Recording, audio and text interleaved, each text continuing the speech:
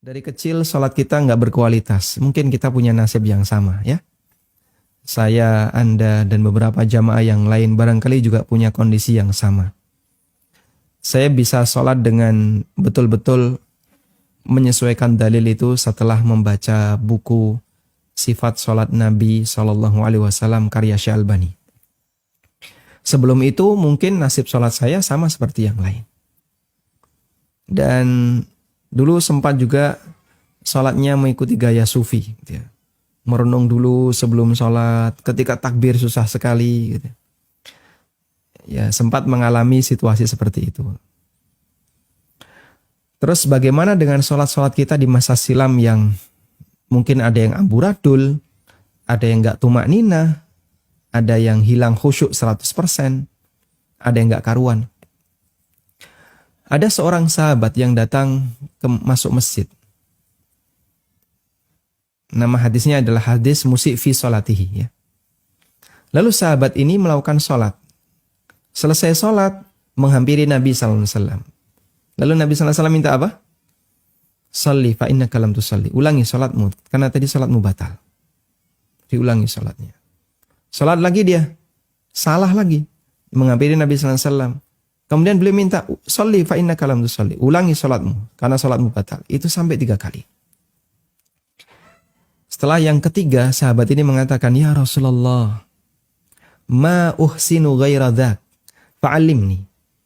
Ya Rasulullah, saya nggak bisa sholat yang lebih baik dibandingkan itu. Tolong ajari aku. Akhirnya diajari oleh Nabi SAW, sholat minimal yang berstatus sah. Kalau kurang dari itu batal.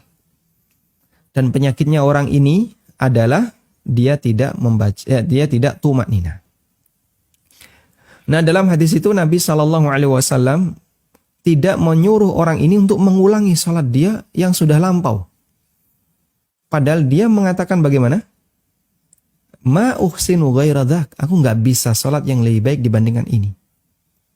Berarti sholat dia selama sebelum ketemu Nabi SAW ini, sholatnya ya nggak karuan. Yang dihukumi batal oleh Rasulullah SAW. Tapi beliau tidak perintahkan agar dia mengulang sholat di masa silam. Ada juga orang yang ketemu Hudzaifah ibn Yaman. Sholatnya nggak tumak nina. Lalu ditanya oleh Hudzaifah, sudah berapa lama sholat kayak gini? 40 tahun. Kata orang tadi. Masya Allah. Kalau kamu mati sholatmu kayak gini, mutta ala ghairi millati Muhammadin sallallahu alaihi wasallam. Kamu mati dalam kondisi di luar agama Muhammad sallallahu alaihi wasallam. Subhanallah. Bahaya ya.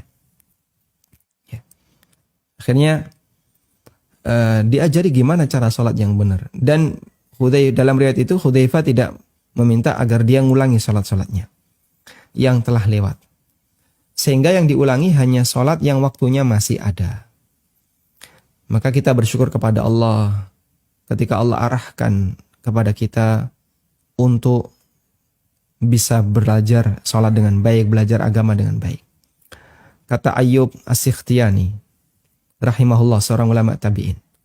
Nikmat yang Allah berikan kepada seorang hamba di antara min ajallin ni'am, termasuk di antara nikmat terbesar yang Allah berikan kepada seorang hamba adalah Allah berikan seorang guru yang bisa membimbing dia untuk menjalankan agama ini dengan benar.